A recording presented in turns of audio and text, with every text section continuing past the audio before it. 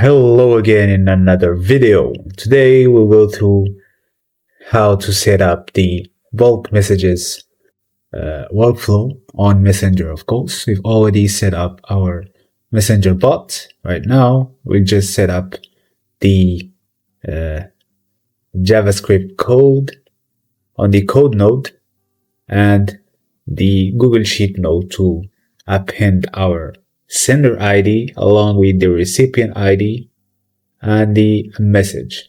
Right now, let's just rename this as extract IDs, and I'll get a JavaScript code that I've created before in my original workflow.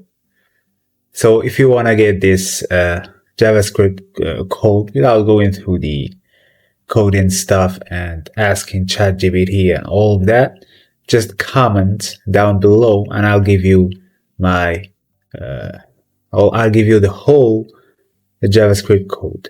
All right, now let's add, or let's just send a message to the Facebook page. I'll type in hello, then we'll get our message through and process it through the code node. So we'll only need the text message and the IDs. All right, we got our ID and the recipient or the sender ID.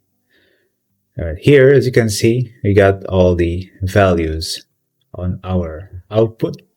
Let's just add, let's see the our sheets. So we will log in all the values in this sheet, add in a Google Sheet node to append rows in sheets. Click on append rows in sheets. I'll just choose my credential and choose my files and then my sheets, and then we'll just drag and drop the values because I've already set up the columns on my sheet. Let's drag and drop the values and then execute the node. Right, once I execute the node, I will get all these values locked in my sheets. As you can see, so whenever someone sends me a message, if I publish this workflow, its ID or the message ID or the sender ID will be locked in this sheet along with my receipt with my ID and along with the message. All right, right now we'll go through the workflow that sends our bulk messages, which is this one. I'll just copy and paste it in our current workflow, and then we will go through the nodes step by step. All right, let's just copy and paste. I just paste it here. We got the trigger node, which is a manual trigger, and the Google Sheet node. So in this Google Sheet node, we will get all the IDs from our sheets. Let me execute the step.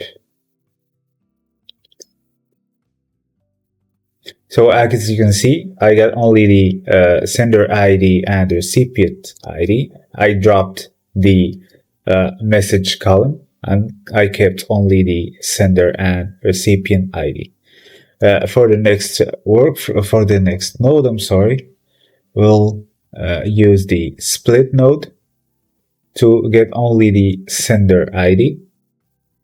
I just dragged and dropped the sender ID so we could get all the sender's ID only.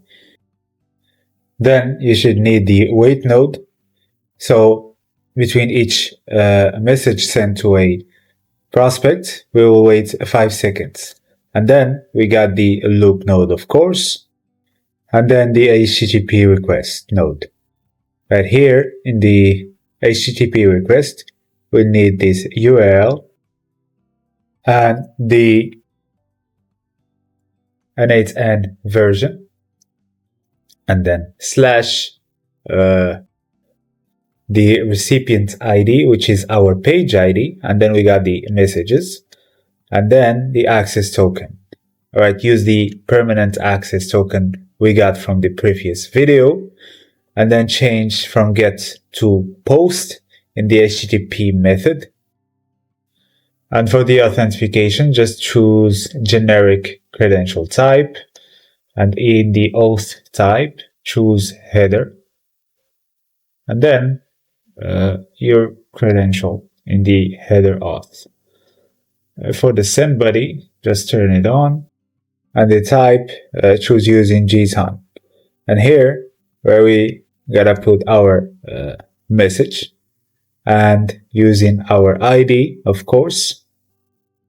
And here in the text, just type in the message you would like to send to the users or your prospects. All right, let's go to the other node, which is the Google Sheets. It's here where we're gonna make sure that we send the message to all the prospects. I just added the status column. Let's execute the workflow and see what's gonna happen. All right, let's go and check. As you can see, the messages are going through.